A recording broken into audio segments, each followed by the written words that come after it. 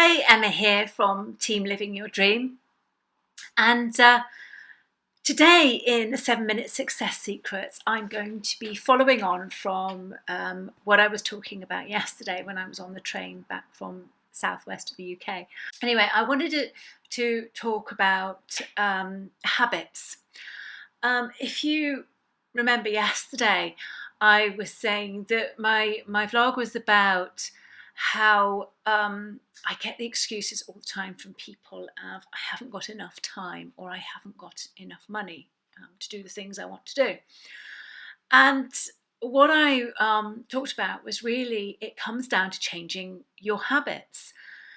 We all develop habits that are unhelpful to our lives, and actually what's going we nurture these habits for years and years and years, and what's going on in our mind is as we repeat the same action over and over again, we start to build neural networks in our mind which nurture that habit. If you like, I've heard them described as with grooves, brain grooves, where you just slip into that groove every time. You know, if you imagine you're going along a track in your car and you know, perhaps it's a bit muddy and slippery, and you're going along and you're trying to stay out of the muddy deep tracks, but you know, eventually your wheels slip into them and it's easier to drive along where everybody else has driven or where you've been driving for years than it is to try and form a new path. You know, so we slip back into those habits, and our brain develops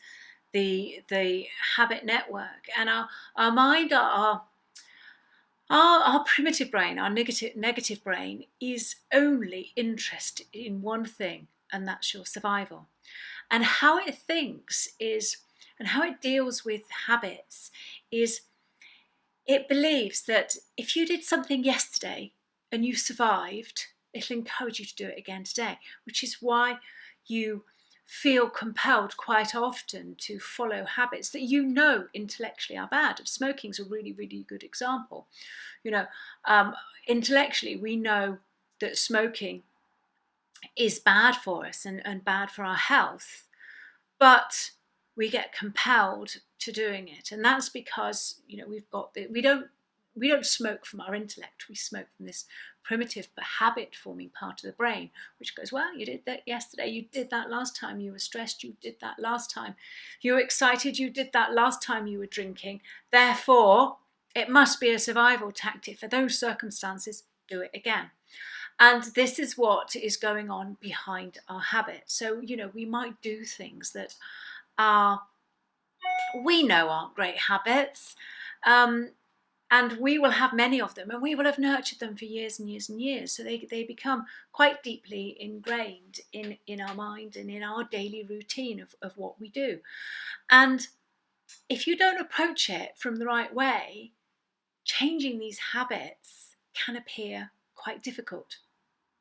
But when you do it the right way, you just need to nurture your new, healthy, progressive, such thing as wobbling, success-orientated habits, and they will stick, and you will form these new grooves in your brain. You will form new neural networks that your brain goes, did that yesterday, we survived, let's do it again. What's more, your brain will get excited about doing it because did that yesterday, got a great reward, you must do it again. You know, so when we have a good feeling from achieving something or something great's happened, your brain will want to do it again. You know how that works with motivation. I'm sure you've had it. You know, you practice something and practice something. Maybe it's shooting a goal, or I don't know, maybe you've had a windfall from an investment that you've practiced and you've studied for, or something great happens. You feel really good and you feel fired up and you just want to go out and do it again, or you want to repeat that behavior. Your brain loves good rewards. It creates neurotransmitters and chemicals in your brain called, the main one is called dopamine, for reward, but also serotonin. Serotonin is massively, massively important to our health, our mental health, everything. Okay, so basically, what I'm saying is, if you want to get rid of an old habit that your brain has decided this is some sort of like survival tactic, even though your intellect's going, don't be silly. Oh no, how is sitting down on the sofa and watching TV all evening helping me survive? Or how is smoking helping me survive? How is opening and drinking a bottle of wine every night helping me survive? Your intellect knows this stuff, but your intellect isn't in control with these habits. Your primitive brain is. But you can use the power of your intellect, this thing that we've been given as humans, and to reshape your unconscious habits. And that's to think of things in a positive light, okay? Now, I know that sounds really simple, but what happens is when people are trying to eliminate old habits, they think of it in terms of what they can't do. They think of it negatively. They think of what they are taking out of their life. Okay, and I mean the same. Okay, dieting, absolute classic. If you're trying to live a healthier lifestyle, a healthier diet, what many people do is they count what they can't have. Oh, I can't have chocolate, I can't have crisps, I can't have cake, I can't do this, and they make themselves thoroughly miserable. Now, when they do that and think in the negative way, they put themselves in the part of their brain, this primitive brain, that goes, what did I do yesterday to survive? Oh, I ate chocolate. Therefore, I got to eat chocolate again today.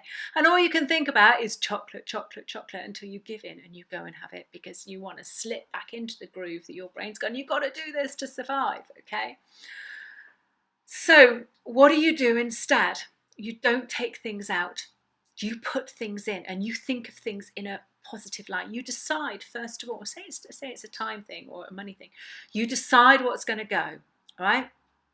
But the other thing, if you take something out of your life, or if you take something out and you don't fill that hole with something, you're going to fall back in it because your brain's just going to keep going, the chocolate, or it's going to go TV. It's going to keep reminding you. It's going to subconsciously keep telling you that that's what you're supposed to be doing right now. Okay, so put something positive that you get something out of back in the place of that. Your brain will love it. It's distracted. It forgets about that old thing that was survival. It gets a reward from it, and it's far more likely to keep you on track with your new positive habits. Okay, so say one that you're trying to break. You're trying to create more time in your life. You're trying to develop your success habits. Okay, let's take one as an example. Right, watching TV in the evening. Okay, and what I want you to do is think of it in terms of what could I be doing instead that I would really enjoy, that I would get something out of. Now, maybe it's spending time with your kids, going and reading them a story, going out with them, depending on how old your children are, doing something with them, taking them out on the bike in an evening, if the evenings are nice, getting nice and light with you, or going somewhere else out with them. We have this whole third of a day that we don't do anything with. If you have your normal, like you go to work or you go out during the day, we tend to think of it as morning, I do this. Afternoon, I do this. After the work, I do nothing. But actually, you've got as many hours in the evening as you have in your morning or your afternoon. It's a whole third of the day you're not doing anything with.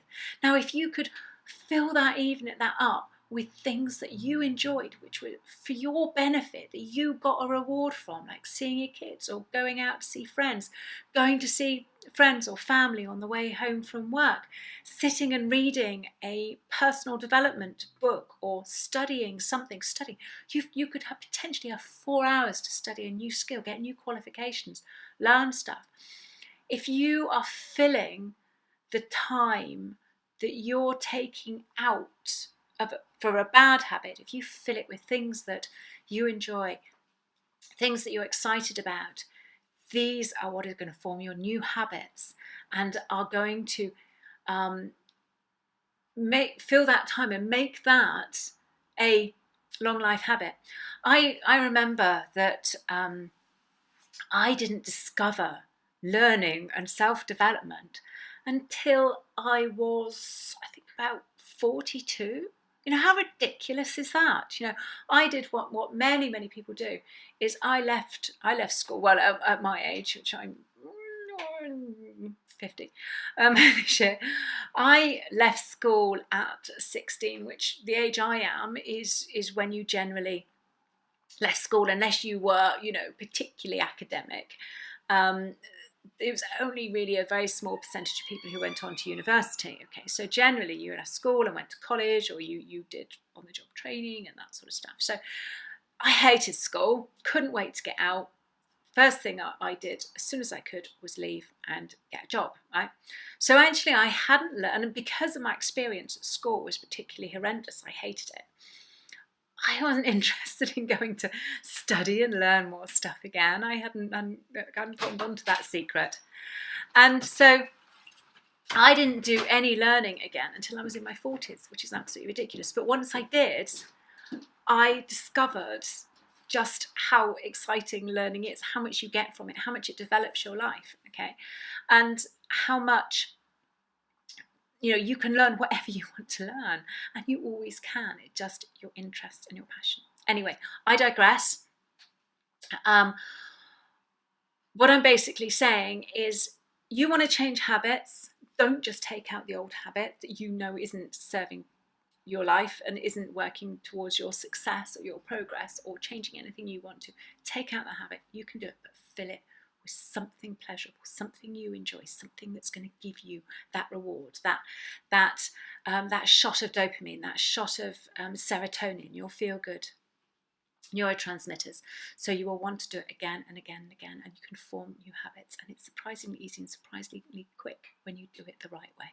So, been Emma. I've rambled on a bit. This is supposed to be the 7-minute success secrets. I think I've gone on far longer than that. But until tomorrow, I shall speak to you soon. Bye.